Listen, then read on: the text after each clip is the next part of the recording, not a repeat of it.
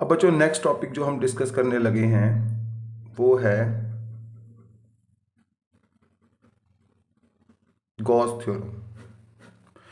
Gauss theorem से पहले हम डिस्कस कर लेते हैं फ्लक्स।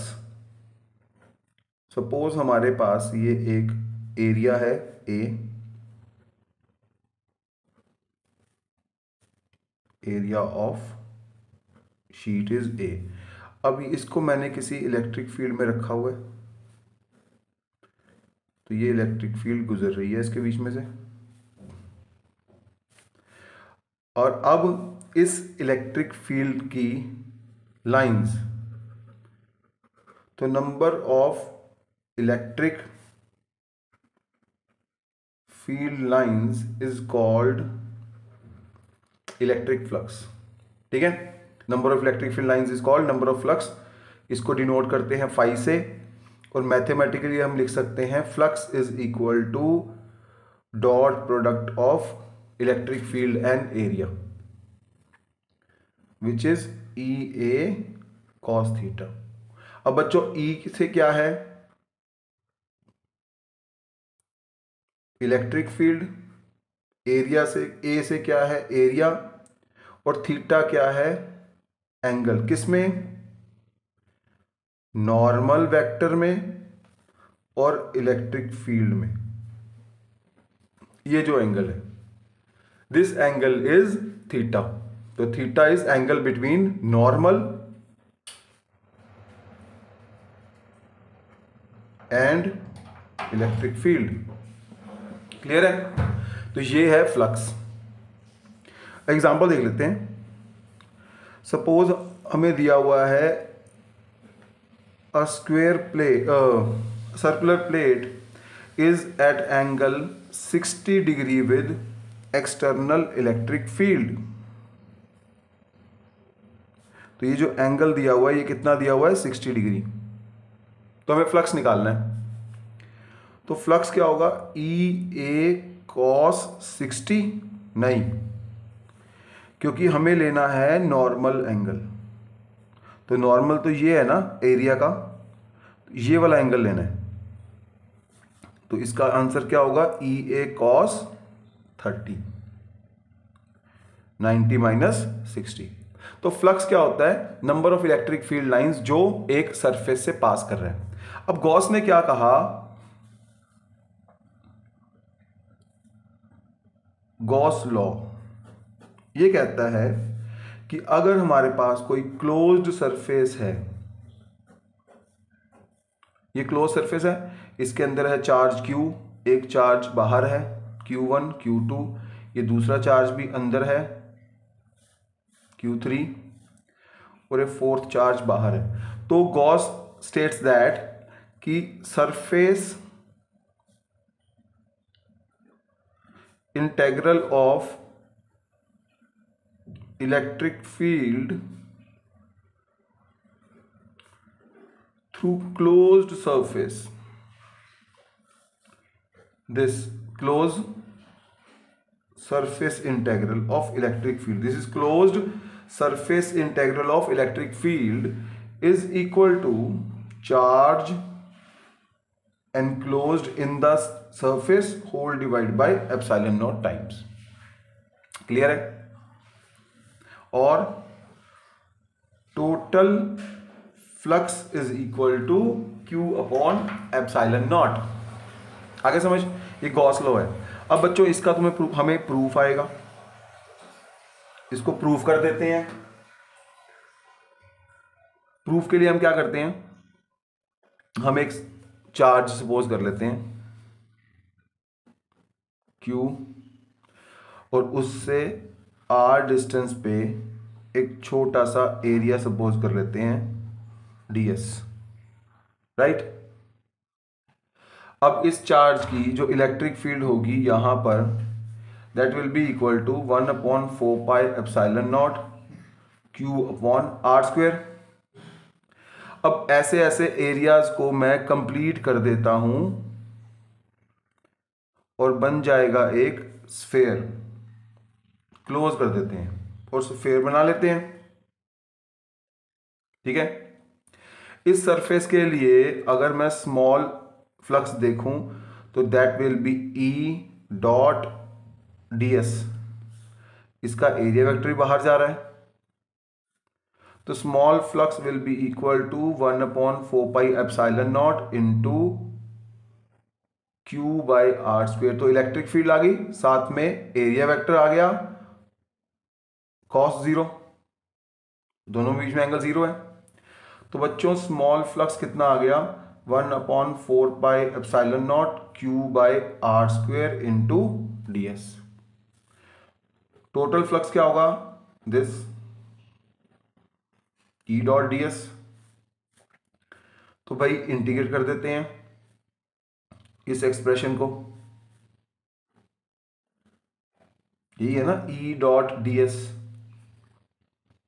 तो 1/4πε0 Q upon R square D S. अब इसका स्मॉलेस्ट एरिया कितना होगा 0 और स्फेयर का टोटल एरिया कितना होगा 4πr स्क्वेयर। तो इसको जब इंटीग्रेट करेंगे तो आंसर क्या आ जाएगा E dot D S. This will be equal to 1 बाहर 4πε0 बाहर क्यू आर स्क्वेयर बाहर integration of this small area this. तो ये आ गया Q upon R square into D S की इंटीग्रेशन S, और जब लिमिट्स पुट करेंगे तो 4πr स्क्वेयर। तो भाई इसकी वैल्यू तो वही आ गई जो गॉस ने बताई, Q अपॉन ε0। ये है बच्चों प्रूफ ऑफ गॉस थ्योरम। कहां से स्टार्ट करेंगे, एक स्मॉल एरिया ले लेंगे, उसका इंटीग्रेट कर लेंगे। क्लियर है। अब गॉस थ्योरम प्रूफ हो चुकी है, तो हम we use Gauss law to find first electric field and second charge enclosed. ये दो चीजें पूछते हैं तुम्हें गॉस लॉ के अकॉर्डिंग। ठीक है जी। तो गॉस लॉ की पहली एप्लीकेशन है इलेक्ट्रिक फील्ड निकालने।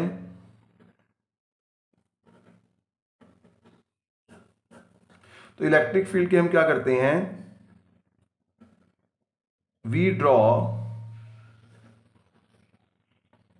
अ Gaussian surface around given charge.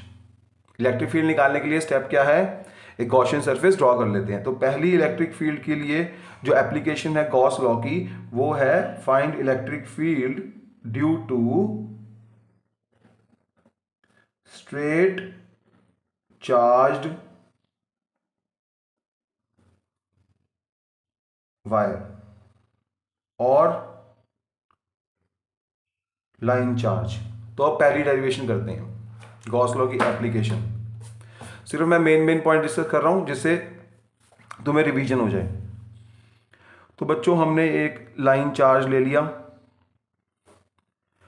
और इस पे टोटल चार्ज है Q। ये बहुत लंबा चार्ज है। अब मुझे इसकी फील्ड निकालनी है एट डिस्टेंस R। यहां पर इस चार्ज वायर की वजह से मुझे फील्ड निकालनी है। तो हम क्या करेंगे, सारे के सारे ऐसे पॉइंट्स ज्वाइन कर लेंगे जो R डिस्टेंस पे हैं, और क्या बन गया गॉसियन सिलेंडर जिसकी लेंथ है L। तो we draw a Gaussian cylinder. अब according to Gauss law E ds is equal to Q inside upon epsilon naught. तो E बाहर ले लेंगे, इंटीग्रल कर देंगे इस एरिया का, वेक्टर नहीं लगाएंगे क्योंकि cos 0 है। एरिया वेक्टर भी बाहर जा रहा है और इलेक्ट्रिक फील्ड भी बाहर जा रही है।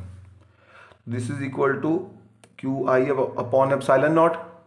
अब क्यू आई क्या है, जितना चार्ज इसके अंदर है वो है Q enclosed.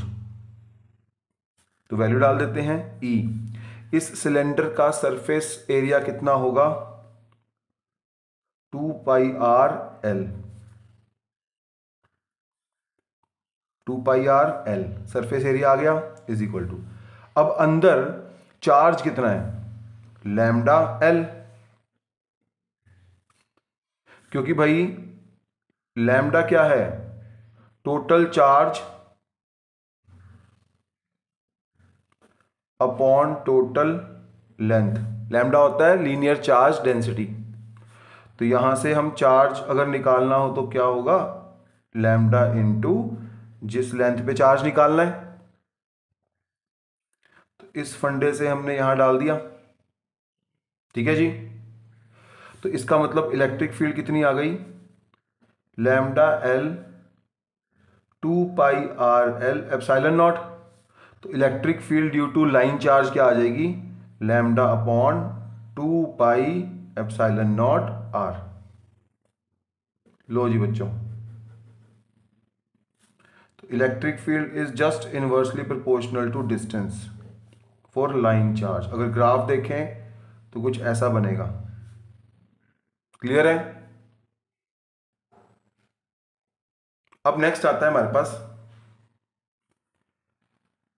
Charged shell.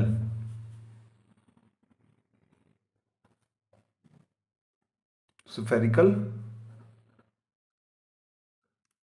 Shell. अब इसके लिए क्या करना था हमने? एक स्फेरिकल शेल कंसीडर कर लेते हैं जिसका रेडियस r है। चार्ज ले लेते हैं उसका q, ठीक है जी। तो अब पहला केस क्या है? Inside the shell. इनसाइड के लिए कोई भी रेडियस सपोज कर लो x और उसका एक गॉसियन स्फीयर बना लेते हैं। तो इनसाइड के लिए अगर हम गॉस लॉ लगाएं तो EDS will be equal to QI/ε0। E बाहर आ गया, इंटीग्रेट कर देंगे एरिया को, बट अब अंदर चार्ज ही नहीं है। शेल के अंदर तो चार्ज ही नहीं है ना। तो इलेक्ट्रिक फील्ड कितनी आ गई? इनसाइड 0। अब ऑन सरफेस देख लेते हैं। ऑन सरफेस के लिए इस सरफेस पे एक गॉसियन स्फीयर बना देंगे और लिख भी देंगे draw a Gaussian sphere of radius r। इस बार ये रेडियस कितना होगा? r, क्योंकि सरफेस पे है। तो फिर से वही Gauss law, inside charge upon epsilon not. इस बार ये जो एरिया है वो निकाल लेंगे। चार्ज सारा का सारा इसी शेल के अंदर है, तो एरिया क्या आ जाएगा स्फीयर का? 4πr² Q/ε0। इसका मतलब electric field on surface will be equal to Q upon 4πε0 r²। Outside भी देख लेते हैं।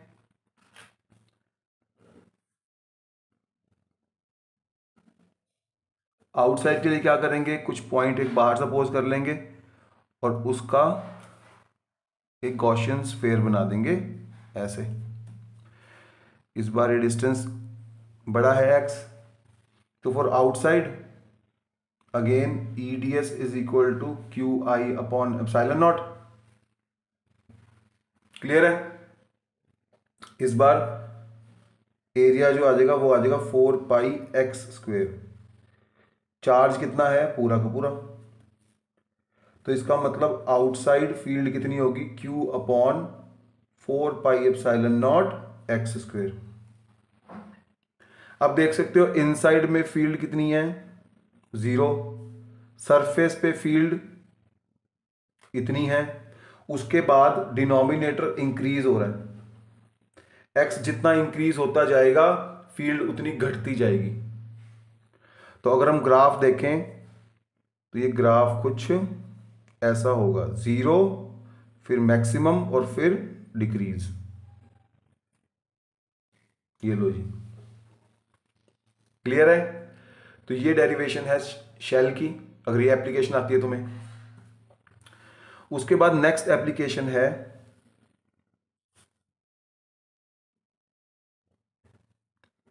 Charged plane sheet. तो एक शीट की वजह से इलेक्ट्रिक फील्ड कितनी होगी? तो ये हमने शीट सपोज कर ली,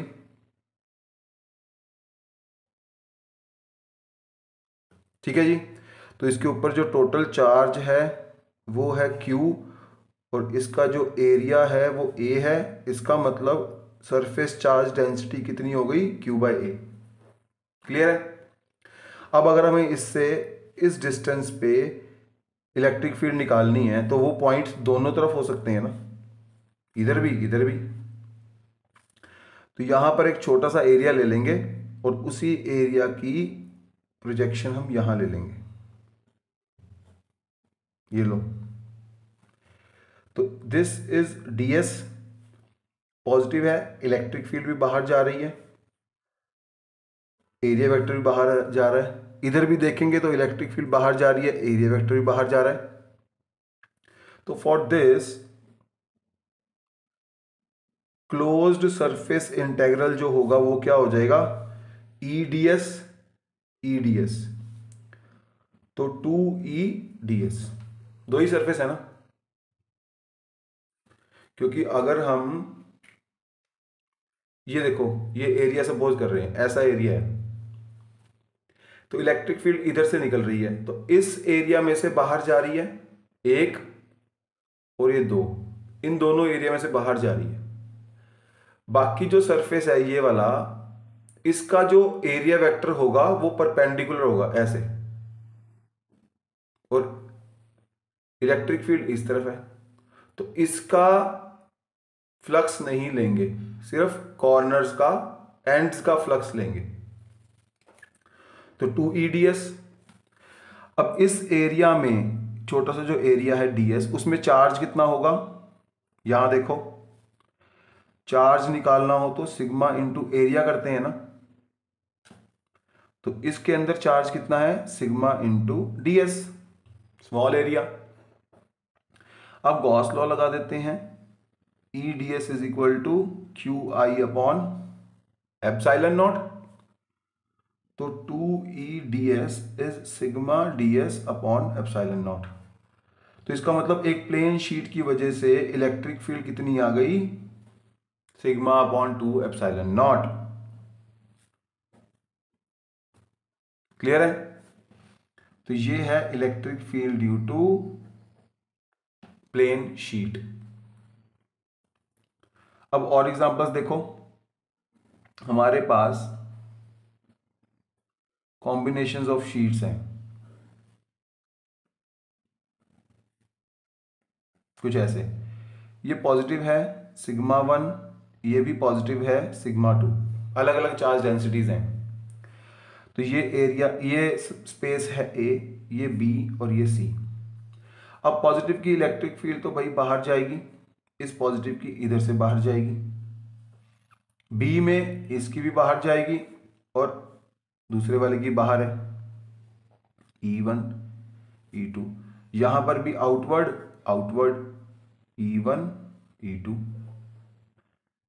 this is E1, this is E2। तो अगर दोनों शीट्स पॉजिटिवली चार्ज हैं तो इलेक्ट्रिक फील्ड बी पे कितनी होगी? दोनों ऐड हो रही है ना, E1 प्लस E2। इसका मतलब sigma 1 upon 2 epsilon naught plus sigma 2 upon 2 epsilon naught. EA क्या होगा? दोनों माइनस हो रही हैं, sigma 1 upon 2 epsilon naught minus sigma 2 upon 2 epsilon naught. इसी तरह C, दोनों प्लस हो रही हैं, तो sigma 1 upon 2 epsilon naught plus sigma 2 2 epsilon naught. Clear है? Combination of plates. अब हमारे पास अगर ऑपोजिटली चार्ज्ड शीट्स दे दी, जो कैपेसिटर्स में यूज करेंगे हम,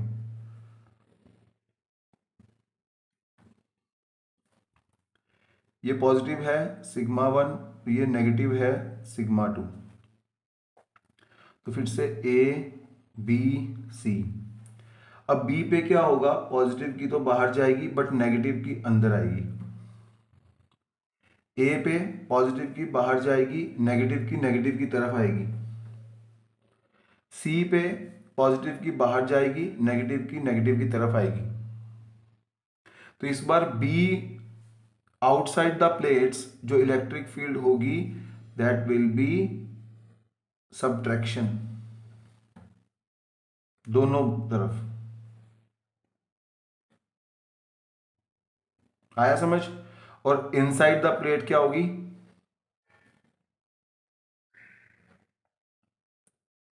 एडिशन।